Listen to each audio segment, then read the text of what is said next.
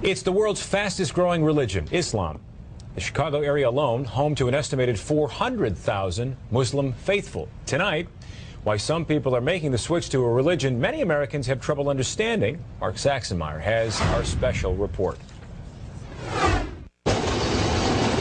This is the story of three Chicagoans, all raised as Christians, all who decided to ultimately reject that religion. Internet is down. Nadira Rodriguez Muhammad grew up Catholic, but found herself constantly questioning the long-held beliefs of her family. I always felt that something was missing for me. Ian Bushner is a law student at the University of Chicago. I felt like that there wasn't a God. Whitney Nichols is a new Loyola grad who grew up in suburban Streamwood. I guess what I was really looking for was what felt most natural and most logical to me.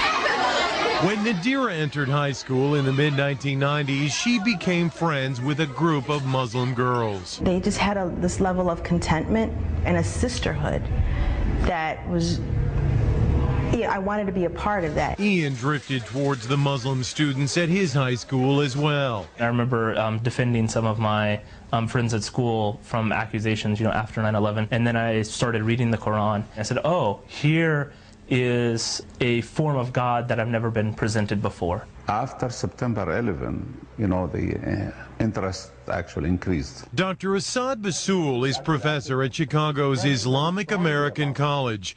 He says the tragedy 6 years ago initially prompted angry questions, but eventually many of the curious found answers to their own spiritual questions through Islam and converted. Sometimes, negative things bring positive things. In fact, according to a first-ever random sampling of American Muslims by the Pew Research Center, 21% of the nation's 2.4 million Muslims are converts to the faith. Eventually, I realized that I was looking to the Quran for advice, for direction.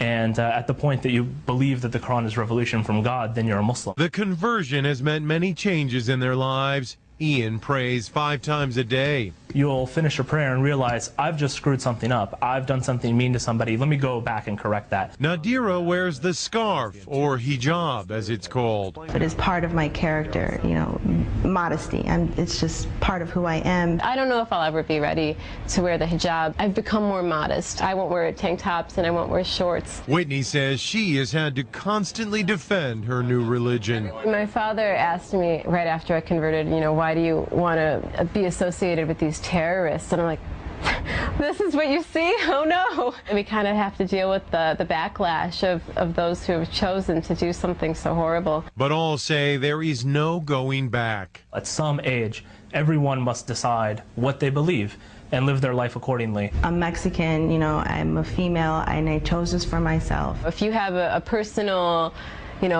relationship with God, whatever that may be, however that may be, then you're in a good place. Mark Saxenmeyer, Fox News, Chicago. Now, for a longer version of this story, log on to our website, myfoxchicago.com. You can find it inside Mark Saxenmeyer's blog.